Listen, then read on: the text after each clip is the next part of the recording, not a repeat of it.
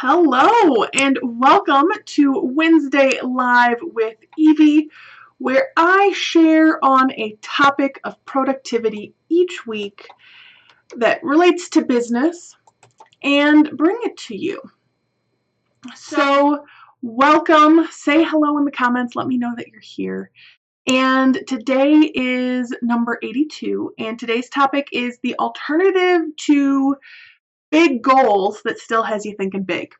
So one thing you can say in the comments or think about is what is something that you want to achieve before the end of the year.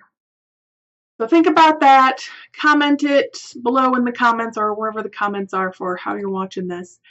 And let me tell you a little bit about myself for those of you who don't know me. So my name is Evie Burke, and I work with entrepreneurs and I help them take their productivity to a new level. So at the end of the day, they can just be completely and fully present with the people that they choose to spend their off hours with, and they don't have to worry about what didn't get done today or what needs to be done tomorrow because they know they have it under control. They know they have a plan.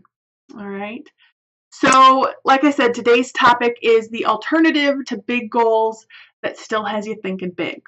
So you've undoubtedly heard the advice to play big, set big goals, right? You don't want to play small. And the thought behind those is even if you don't hit those huge big goals, you still are accomplishing really, really great things. And the problem with that is as human beings, we really like the feeling of completion. We like to be able to see that we have set a goal and that we've met it. And when we keep setting huge, big goals that we can't accomplish, even if we're achieving great things, we don't allow ourselves to really feel that sense of accomplishment. And when you keep doing that, it can really start to feel unmotivating. Hey, Mary. So, and that's one of the reasons, having that feeling of completion is one of the reasons why it's important to set goals that are achievable. But doesn't that feel like playing small? And it's something that I go back and forth with because I think it's really important to set goals that are achievable, goals that you can go, okay, I made that happen, and that's really cool. But at the same time, sometimes I wonder would I achieve more if I set bigger goals?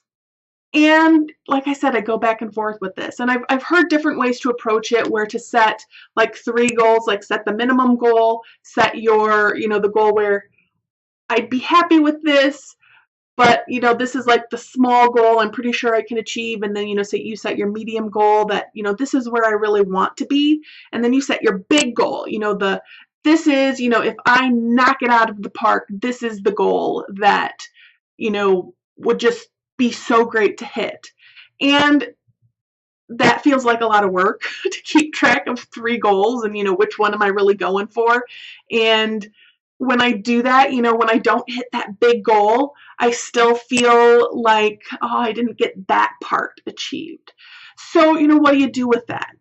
And I heard this idea a week or 2 ago, and it just clicked something for me. And I knew it was perfect. It fits this situation so well. And that is, set goals that are achievable, but approach them with the energy and the work ethic of that much bigger goal. And it's so obvious, but it wasn't something that I had thought about. And I think it is such a great piece of advice. So think about, what's your intention for the next couple of months or before the end of the year. So maybe, in the next 2 months or 3 months, you want to work with 3 new private clients. And maybe that you generally have to talk with about 20 people or have conversations with about 20 people to make that happen. So if you take that into account, if you take into account the approach it with the energy and the work ethic of the much bigger goal, maybe you decide that you're going to have conversations with 40 people.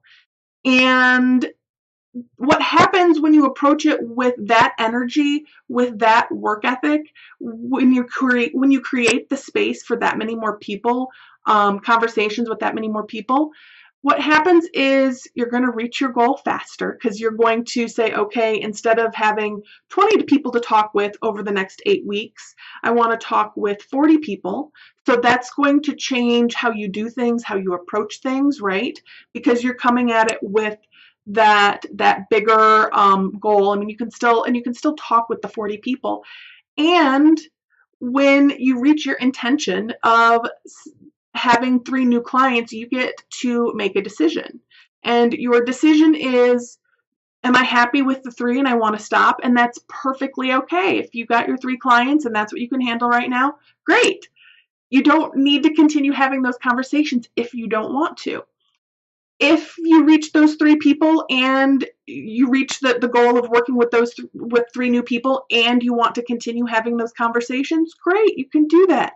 You can knock that goal out, that intention out of the park and end up with more clients, right?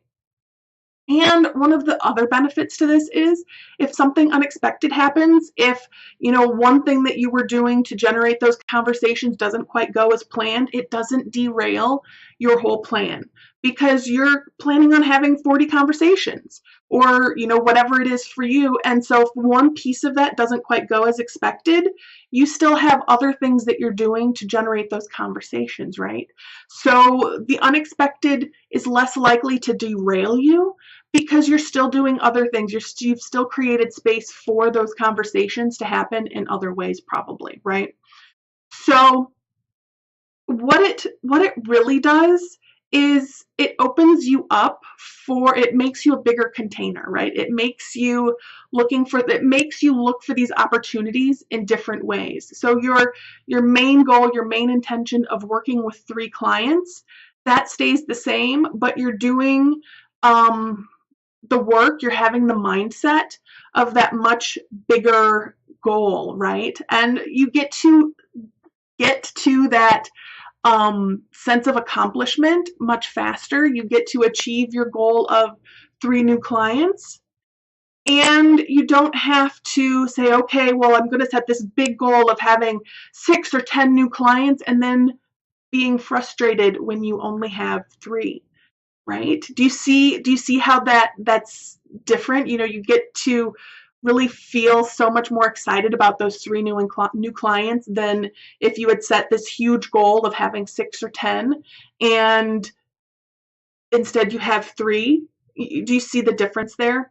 So I encourage you to take this on for yourself. Look at what your goals, what your intentions are, and make sure that they feel achievable, but then look at, what if I play a bigger game to reach those 3 people? What if, or, like I said, whatever it is for you. So how would that look for you? And if you want some help with that, reach out to me. Let's talk about what that might look like for you. I would love to have that conversation with you and help you achieve your goals, and not only achieve them, but really knock them out of the park. So that's all I have for you today. Comment below if you'd like to have a chat with me about what that might look like for you. I'd love to have that connection. So, like I said, that's it for this week's Wednesday Live with Evie. I will be back here next week with a new topic.